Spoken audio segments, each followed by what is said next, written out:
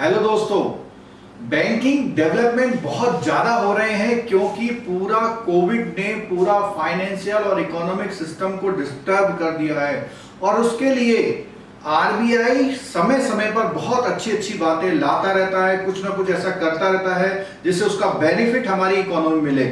और आरबीआई के साथ ये सारी जो सूचनाएं हैं या इंफॉर्मेशन है या कोई भी डेवलपमेंट है उसके लिए आईआईबीएफ जो आपका सीआईबी जीआईबी के एग्जाम कंडक्ट कराता है वो अपनी एक मैगजीन लेके आता है हर मंथ की जिसका नाम है विजन। तो आज हम डिस्कस कर रहे हैं करंट जो भी डेवलपमेंट हुए हैं जून मंथ में और वो आईआईबीएफ विजन में क्या क्या डेवलपमेंट उन्होंने दिए हैं, उन सारे डेवलपमेंट को आज हम डिस्कस कर रहे हैं। और ये जून का इश्यू है, जून के इश्यू में जो भी जून के मंथ में जो भी डेवलपमेंट हुए हैं उसको पे हम बात करेंगे। तो चलते हैं पहले पॉइंट की तरफ कि पहला पॉइंट इसमें क्या लिया गया है।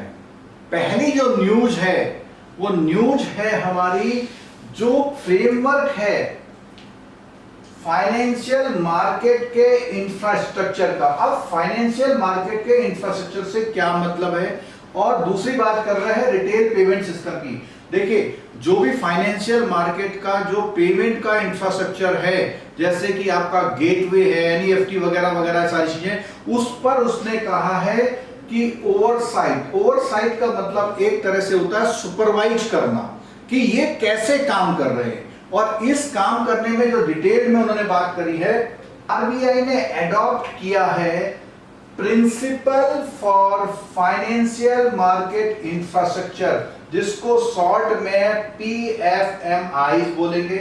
और वो क्यों किया हुआ है, उसका रीजन क्या है, सुपरवाइजिंग। जैसा कि मैंने यहां बताया ओवरसाइट का मतलब एक तरह से सुपरवाइज करना होता है, ठीक है। उसमें क्या है, एक तो सुपरवाइज करना और दूसरा एसेस करना जो भी फाइनेंशियल मार्केट के इंफ्रास्ट्रक्चर हैं और उसको रेगुलेट करना कौन, आरबीआई। इस पे स्टडी कर रहा है क्योंकि आजकल क्या है डिजिटल प्लेटफॉर्म पे बहुत ध्यान दिया जा रहा है तो उस पे सुपरविजन करना बहुत जरूरी भी है। अगली बात इसी में, at the time the scope of document was limited to oversight activities and tools used for the supervising then prevalent affair। कहने का मतलब है जो अभी चल रहे थे, प्रीवेलेंट मतलब जो अभी चल रहे थे उसके साथ सुपरवाइज करना, ठीक है।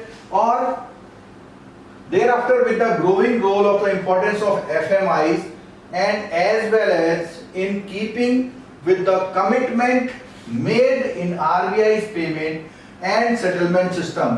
तो कभी कभी एक क्वेश्चन आता है कि इंडिया में पेमेंट एंड सेटलमेंट सिस्टम का काम कौन देखता है, तो आरबीआई। और आरबीआई का जो विजन है 2019 से लेके 21 तक का विजन, उसको ध्यान में रखते ये सारे डेवलपमेंट हो रहे हैं। The oversight framework document for FMI का मतलब बार बार हम बता रहे हैं क्या, financial market infrastructure and RPS has been revamped into the incorporate the supervisory framework for the payment system entity as well as the supervision consideration that have arisen in the interim। यानी एक interim कहते हैं ना, interim measure में ये सब काम कर रहा है, ठीक है। तो पहली हमारी जो डेवलपमेंट थी वो थी सुपरवाइजन से रिलेटेड, किस चीज पे, जो पेमेंट का फाइनेंशियल पेमेंट का जो मार्केट है उसके फ्रेमवर्क को सुपरवाइज करने गए, ठीक है। अगली बात करते हैं। अगली बात में आज कोविड की वजह से बहुत सारी चीजें डिजिटल प्लेटफॉर्म पे कन्वर्ट हो गई। अब डिजिटल प्लेटफॉर्म पे कन्वर्ट तो हो गई लेकिन आरबीआई इस बात पे निगाह रख रहा है, अपनी ध्यान दे रहा है कि कोई ऐसा काम ना हो जाए जिससे कस्टमर परेशान हो जाए। तो डिजिटल करना है तो क्या क्या लेट डाउन इंस्ट्रक्शन है उसमें बात करते हैं, क्या क्या चीज डेवलपमेंट करी है।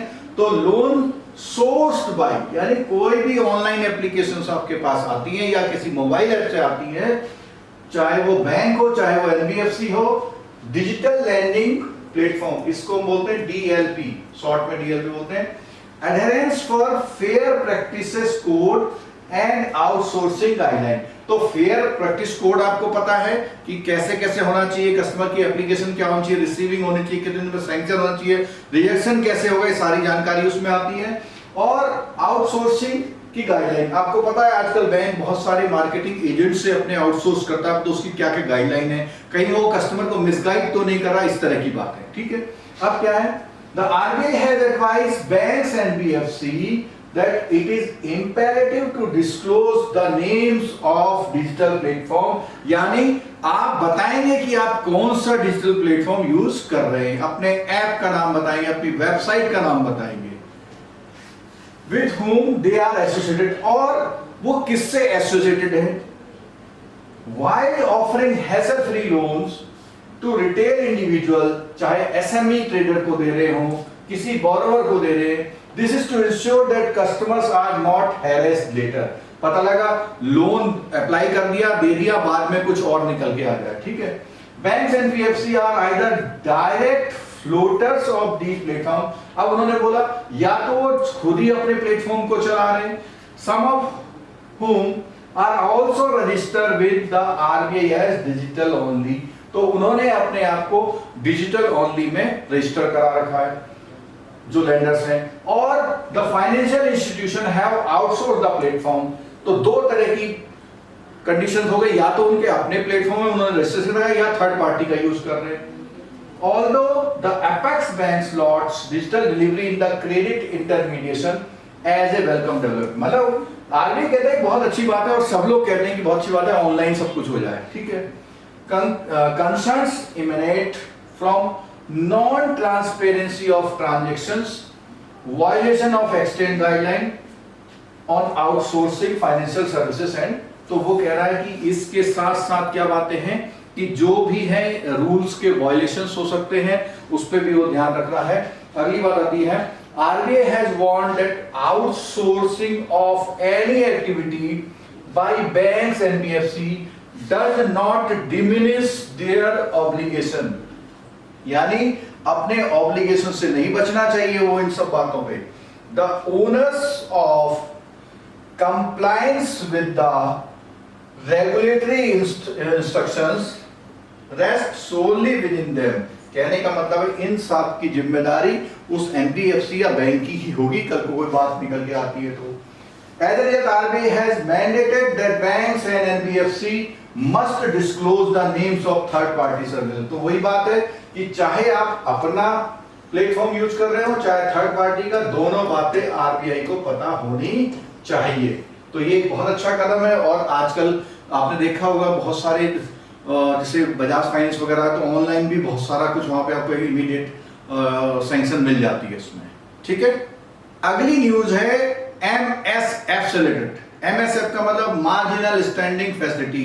आपको पता है कि repo, reverse repo, MSF, bank rate वगैरह सारे जब भी पॉलिसी गाइडलाइंस आती है तो इनकी चर्चा होती है, और एमएसएफ एक ऐसा एडवांस बैंक को एक फंडिंग करने का एक ऐसा जरिया है जो केवल एक रात के लिए यानी कि ओवरनाइट दिया जाता है, और इसमें बार बार लिमिटेशंस की चेंजेस आती है। अभी पता है कि बैंकों में क्या है कि क्राइसिस है, लिक्विडिटी नहीं है, तो उस लिक्विडिटी को पूरा करने के लिए एमएसएफ का जो कुछ रेंज किया था, एक कितना परसेंट तक आप उठा सकते हैं, उसको एक्सटेंड कर दिया। तो देखते हैं उसमें न्यूज में क्या है।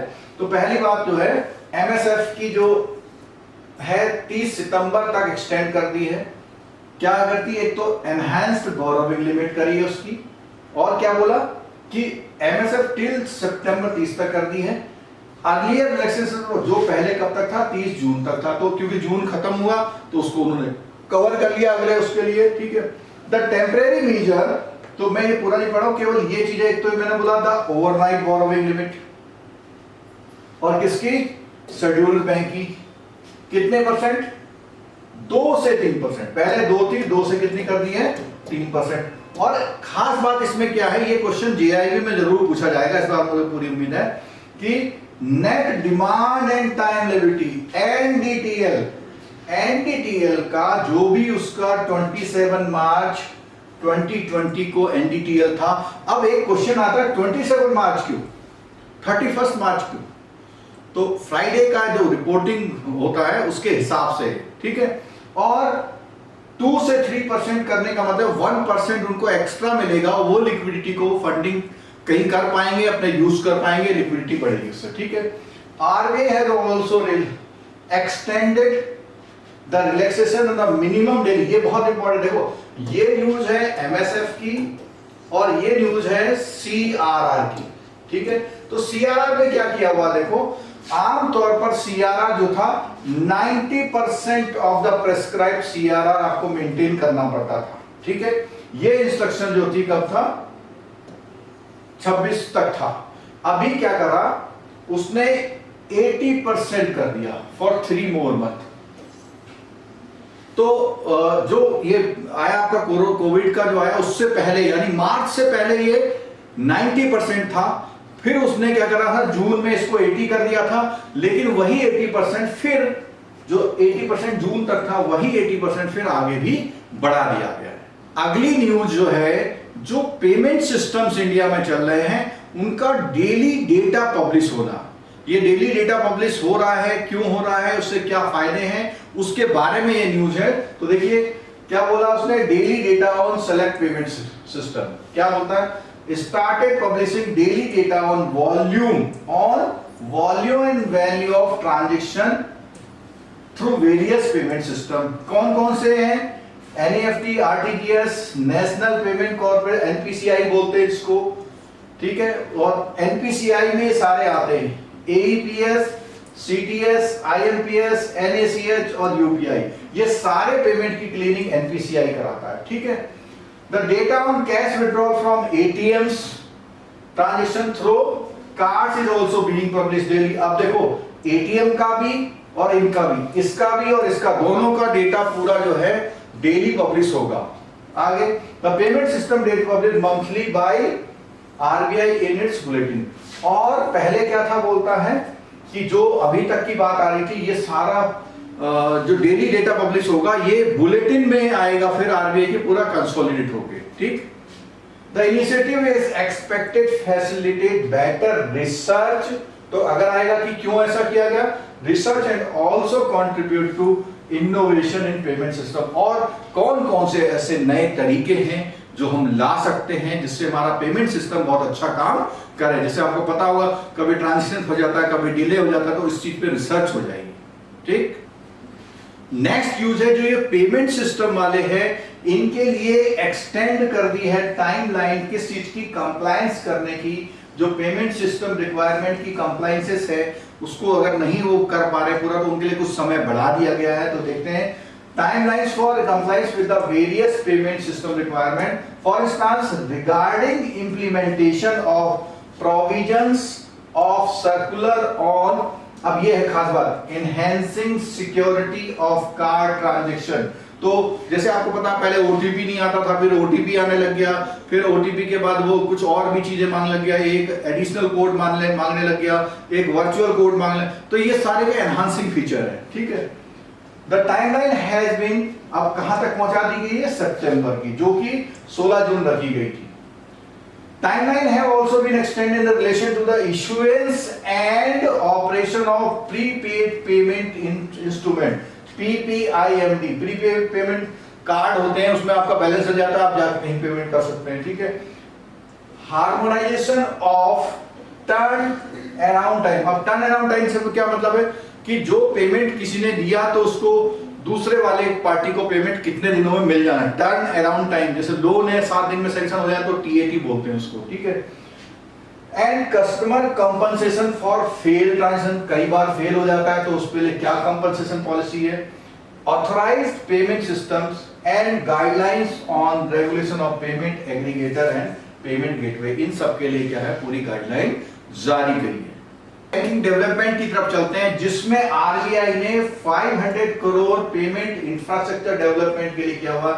ये जो है ऐसा है पेमेंट इंफ्रास्ट्रक्चर डेवलप। अब पेमेंट इंफ्रास्ट्रक्चर डेवलपमेंट से मतलब है कि जितने गेटवे वगैरह हैं उस पे कैसे लोग पैसा लगाएं जिससे अच्छा काम हो। तो उसमें क्या बोलते हैं, देखो बोलते हैं यहाँ पे 500 करोड़ पेमेंट इंफ्रास्ट्रक्चर डेवलपमेंट में, पीआईडीएफ नाम है इसका, to encourage development of point of sale. अब पॉइंट ऑफ सेल है ये पेमेंट के लिए है, इनके लिए बोथ फिजिकल और डिजिटल मोड में किसी भी तरह से होता हो। और कहां से कहां तक, टीयर 1 से टीयर 2 6 के जो सेंटर है वहां पर, और नॉर्थ ईस्टर्न स्टेट्स में, ठीक है।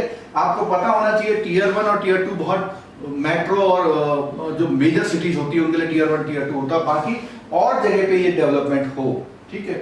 The payment ecosystem in India has evolved to offer a wide range of options such as bank account, mobile phones और कार्ड, इन सबसे जो है पेमेंट्स होते हैं अभी। To provide further fill to digitization of payment system, it is necessary to give impetus to acceptance of infrastructure across the country, more so in the earned area। तो ये क्या है, जितने भी अंडर सर्व्ड एरियाज में क्या होगा, इस तरह रहेगा। RBI will contribute an initial 250, तो पहले जो है इस 500 करोड़ में सबसे पहले 250 करोड़ रुपए पीआईडीएफ में देंगे, और बाकी जो पैसा है रिकरिंग पैसा काहे के लिए क्या है, contribution to cover the operation expenses. तो अब ये एक बार कैपिटल इन्वेस्टमेंट के बाद उसको रेगुलर जो फॉलो अप करना पड़ता है, उसके लिए 250 करोड़ रुपए और दिए गए।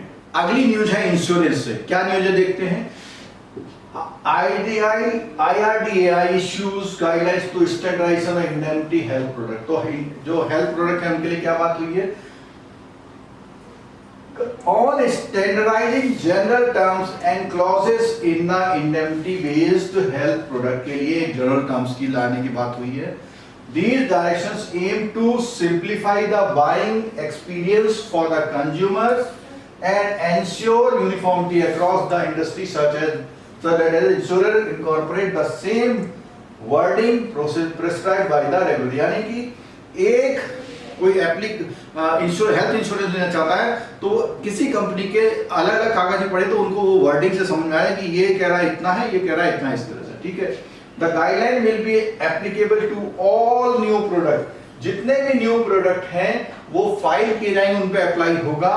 कब तक, आपको 1 अक्टूबर से जो भी नए प्रोडक्ट आएंगे, पुराने प्रोडक्ट जो आपके चल रहे थे उनके लिए उन्होंने टाइम एक्सटेंड कर दिया है, कब तक, 1 अप्रैल 2021 तक उसके लिए टाइम एक्सटेंड कर दिया है। इंश्योरेंस से रिलेटेड अगली न्यूज ये है, कोविड के दौरान स्पेशल कोविड स्कीम्स को लाने के लिए एक शॉर्ट टर्म इंश्योरेंस का कॉन्सेप्ट भी लाया।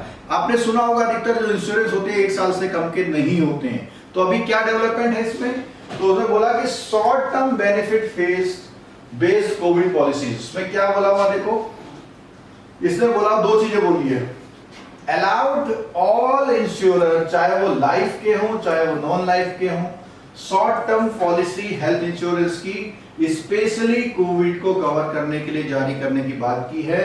और उसमें बोला हुआ शॉर्ट टर्म तब बोली जाएगी जब उसका पीरियड, ये ध्यान रखिएगा, लेस देन 12 मंथ हो। अगर वो 12 महीने हो जाती है एट 12 मंथ या उससे ज्यादा, तो उसको हम शॉर्ट टर्म नहीं बोलेंगे, ठीक है। Can be issued for a minimum term of 3 month, और मिनिमम 3 मंथ, यानी कोई भी पॉलिसी आप इश्यू करेंगे तो 3 to 11 मंथ करेंगे। जैसे ही वो 12 मंथ हो जाएगी या उससे बड़ी हो जाएगी तो वो लॉन्ग टर्म होगी, ये वाली क्या हो जाएगी, शॉर्ट टर्म हो जाएगी, ठीक। और ये पॉलिसी चाहे वो इंडिविजुअल प्रोडक्ट इंडिविजुअल को दी जाए या किसी ग्रुप को दी जाए, दोनों ही प्रोडक्ट इसमें कवर्ड होंगे। एक फाइनेंशियल अवेयरनेस के लिए एक वर्ड लेते हैं आज, उसका नाम है फाइनेंशियल अवेयरनेस में फॉरवर्ड रेट। फॉरवर्ड रेट हमारी फॉरेक्स क्लास में बताते हैं फॉरवर्ड रेट क्या होता है। 1 2 3 के बाद कोई भी डीलिंग होती है तो फॉरवर्ड रेट में होती है, और 3 तक जो होता है आज कल परसों, today tomorrow day after tomorrow तक तो स्पॉट, और स्पॉट के बाद फॉरवर्ड। तो क्या पॉइंट है इसमें, exchange of currency takes place after a period of spot, spot के बाद, यानी 1 2 3 ये होता है कैश या रेडी रेट, इसको टॉड रेट भी बोलते हैं, इसको टॉम रेट, और थर्ड वाले को हम लोग बोलते हैं स्पॉट रेट, और इसके बाद अगर हम आगे जाएंगे तो वो फॉरवर्ड रेट कहलाएगा। It is the settlement price transaction that will not take place until a predetermined date in the future, यानी कोई फ्यूचर की डेट के लिए, ठीक है। तो forward, it is a forward looking price, आगे के समय में देखने वाला प्राइस है। Spot rate generally A starting point two start negotiating the forward rate, और स्पॉट के बाद ही जो होता है स्पॉट रेट है ना, इसी के बाद नेगोशिएशन होता है फॉरवर्ड का। Forward generally are expressed by the indicating premium और डिस्काउंट। क्या होता है कि जो स्पॉट रेट होता है उसमें प्लस या माइनस अगर हो जाता है तो फॉरवर्ड रेट और कभी कभी एट पार भी होता है, ठीक है।